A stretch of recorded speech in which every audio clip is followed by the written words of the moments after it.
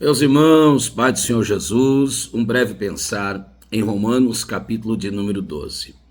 Na verdade, antes de Romanos 12, o texto lógico, a sequência lógica, logo próxima e anterior, é Romanos 11.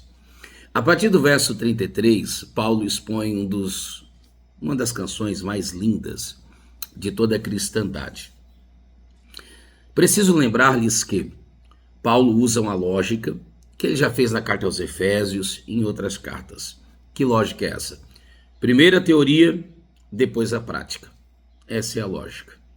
Então vamos lá, do capítulo 1 ao capítulo 11, Paulo dá a teologia, a teoria, a parte teológica do maior teólogo do cristianismo. A partir do capítulo de número 12, como a teologia mãe da ética, essa teoria precisa necessariamente desembocar em prática, ok? Então vamos lá, capítulo 1, ele fala o que é o evangelho. Capítulo 2, para quem é o evangelho? Quer dizer, o poder de alcance do evangelho. Para todos os homens e mulheres, livres e escravos, indiferentemente de etnias, raças, línguas e nações. Capítulo de número 3, ele mostra as benesses do evangelho. Capítulo de número 4, ele exemplifica o que é viver pela fé nesse evangelho, tendo por base Abraão. Aqui a Bíblia diz que primeiro o evangelho foi pregado. Capítulo de número 5, ele mostra a mecânica dessa salvação, dessa justificação, e esse assunto estende-se até o capítulo de número 6. Capítulo de número 7, ele fala dessa guerra que há entre a carne e o espírito, de viver ou não pela fé, pautado nesse evangelho. Capítulo de número 8, ele fala da vitória, do triunfo sobre esse. Capítulo de número 9, ele fala do antigo Israel, da glória de Israel. Capítulo 10, da tragédia, do presente Israel de seu tempo. Capítulo 11, o futuro glorioso de Israel. Terminada essa teologia, e nos capítulos 5, 6, 7 e 8, ele fala sobre justificação, santificação e glorificação. Então, justificação, capítulos 5 e 6, ele mostra-nos que a justificação, ela isenta-nos da culpa do pecado, porque ele levou sobre si, falando sobre Jesus.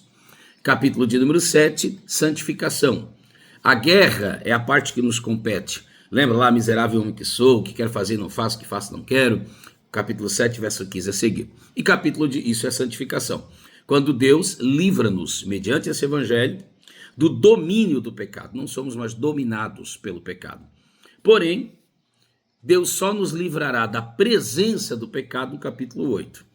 Lembra lá, capítulo 8, verso 1, portanto. E daí, por fim, nos últimos versos, ele fala sobre a glorificação, que é quando não haverá mais sobre nós a presença do pecado. Mas enquanto aqui estivermos, temos ainda no capítulo 7 nessa labuta. Chegamos no capítulo de número 12, mas antes de fazê-lo, é preciso memorar que do capítulo 11, verso 33 a seguir, é interessante demais. Por quê? Porque antes de Paulo dar essas implicações práticas que eu disse do capítulo 12, ele vai fazer o quê? Ele vai prostrar-se a Deus em adoração. E é aqui que eu quero ater-me e pensar um pouquinho. Por quê? Porque a teologia precisa necessariamente desembocar em vida. Aquilo que eu conheço sobre Deus precisa aproximar-me dele. Para que eu devo conhecer a grandeza de Deus? Para admirá-lo. Por que eu devo conhecer o poder de Deus? Para nele descansar. Por que eu preciso conhecer os atributos de Deus? Onisciência, onipresença, onipotência, atributos comunicáveis, atributos incomunicáveis. Eu preciso saber isso de Deus para quê? Para repousar nele, descansar nele, depender dele e anunciá-lo da melhor maneira possível. Então, a teologia pregada, como eu citei até o capítulo de número 11, agora se tornará em uma poesia. A teologia se torna em poesia. Então, a busca da mente que ele fez no capítulo 11, elucidando-nos, agora se transformará em adoração no coração.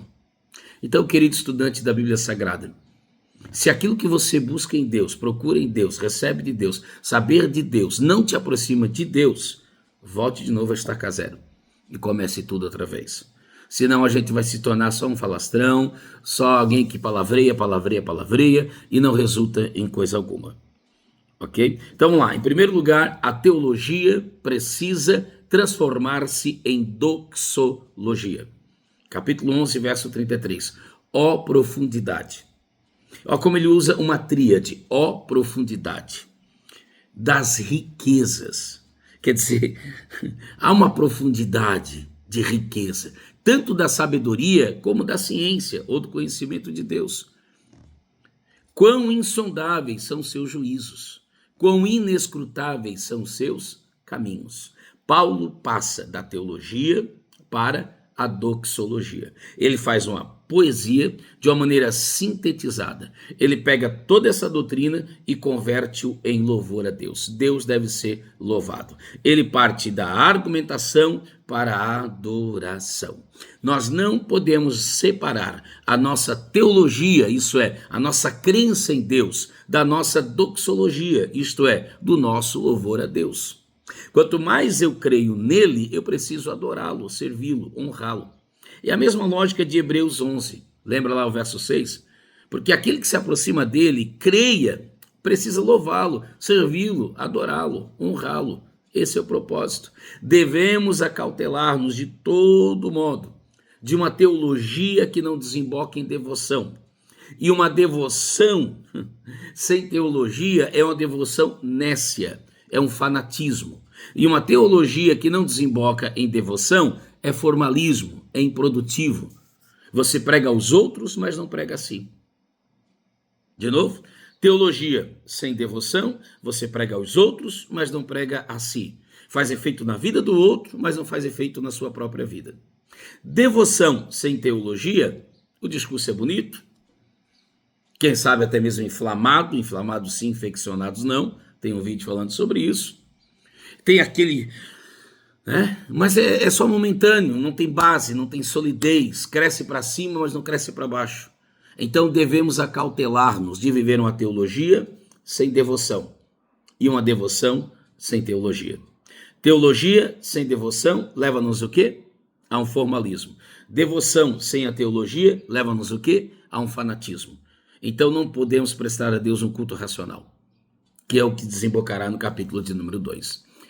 Outro sim, as coisas profundas de Deus que ele está citando e cantando devem levar-nos à adoração e não a uma frívola especulação. Vou repetir, as coisas profundas de Deus que ele está dizendo à profundidade devem levar-nos a um rendimento.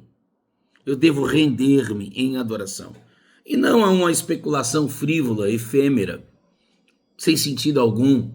Por isso ele diz no verso 34, porque quem compreendeu o intento do Senhor? Não adianta ficar procurando, sabe? Eu não quero usar termos chulos, mas você conhece os termos que se usa, né? Chifre e cabeça de cavalo. Não adianta ficar procurando essas coisas, como que se tudo que nas escrituras está revelado fosse pouco. Eu não sei se eu já disse isso no vídeo ou não, mas enfim. Eu lembro-me de certa feita, um colega pregador que estava iniciando me pediu uma ajuda para mim desenvolver um sermão nas páginas brancas da Bíblia, entre o Antigo e o Novo Testamento. Eu perguntei a ele, você quer pregar sobre o período intertestamentário?